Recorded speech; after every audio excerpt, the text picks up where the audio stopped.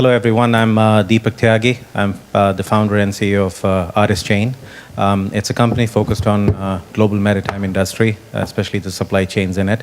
I'll start with telling you something about what we're trying to do. We are trying to solve a trillion-dollar problem in one of the biggest industries in this planet, which most of the people don't know about, and that's basically the global maritime trade. This industry is so big that it's equivalent to almost US GDP.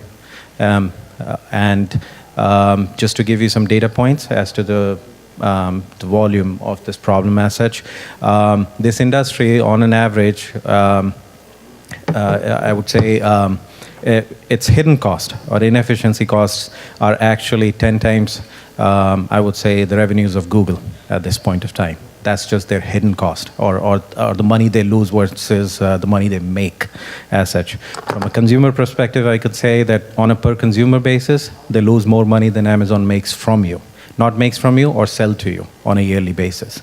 So that's pretty much the volume or the magnitude of this problem as such. And let me tell you what that problem is and why it's happening.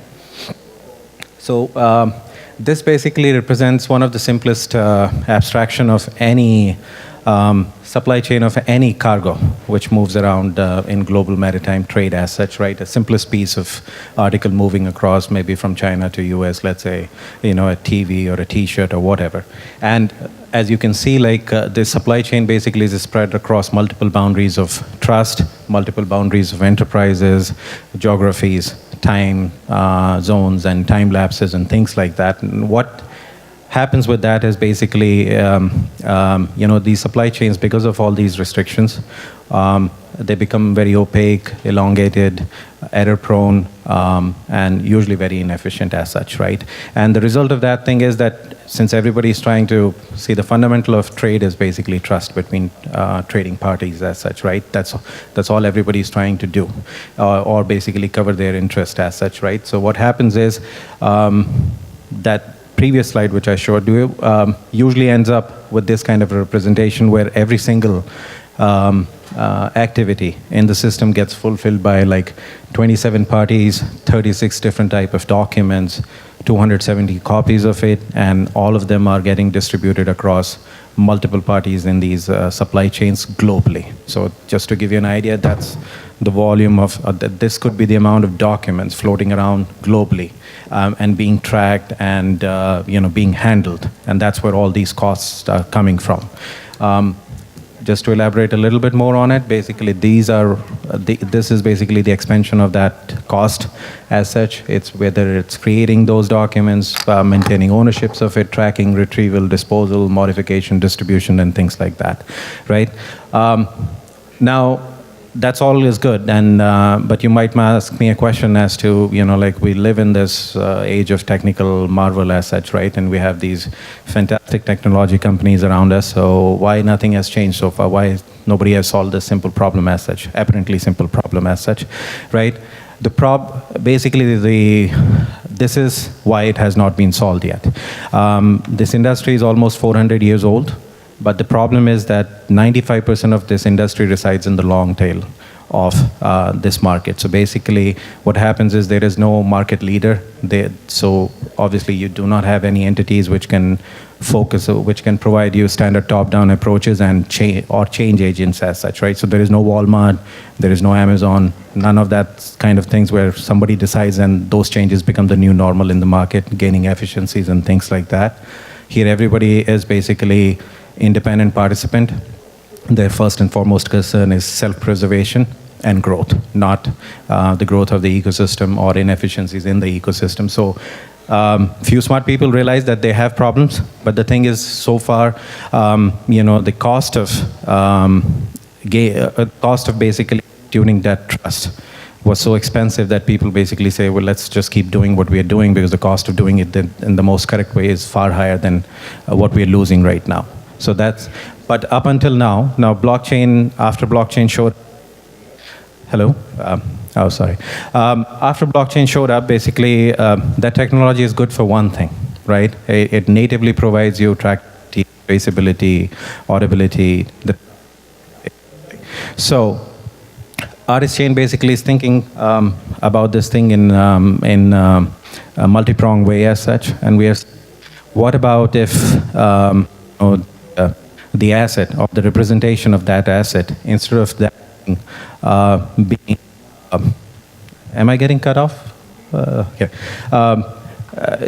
What if this asset, basically, this trade asset, or the representation of that asset, instead of it's going to these multiple parties in the form of these copies, or has been and having these costs incurred on them, what if that thing stays in one place and everybody is looking into it, right? This way you save on those kind of cost, except for the creation cost of it. Everything else at least can be simplified and shortened, and some benefits can show up there. And apart from that, the second piece of it is basically the business networks, right? Those assets are good, but they are being traded between at least two parties minimum, right? So how do you get those people to get connected quickly, cheaply, faster, in a trusted way? So this is that representation of basically the person in the middle and the person outside, representing a business network, and everything in between is basically your business processes or supply chain, including those assets, right? So this is basically what we are thinking about, how to approach this problem and gain some efficiencies in this ecosystem. Obviously, it's a very big problem, so we're not saying we'll solve everything in it, but at least we are trying to do something about it. And this is, so last 6 months we have been trying to basically create a working prototype as a proof of concept of how we think it should be solved. So in my mind, what we think is that at least, the nature of the players in this industry, right, is such that most of them are basically SMBs, right? So IT is not their business. Their business is their business most of the time, right? And they are usually, their IT looks like fax, printers, and emails, and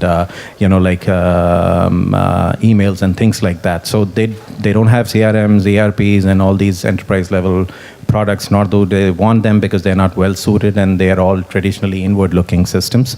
So for somebody to adopt this thing and somebody to use it for their benefit, practical way, I think what's needed is that the solution has to be almost consumer grade, where there is no cognitive load on the user from an IT or from a business side of perspective. It's as good as simple as logging on to FB or WhatsApp kind of a thing, but the capabilities behind the scenes might be like Salesforce, right? And then at the same time, the discovery of everybody else in the ecosystem is also so simple, almost like WhatsApp, right? That you can, or Google, where you can find other people you're interested and connect with them at almost like blink of an eye, and then actually get to the point of doing your business, right? So this is basically some screenshots from our demo.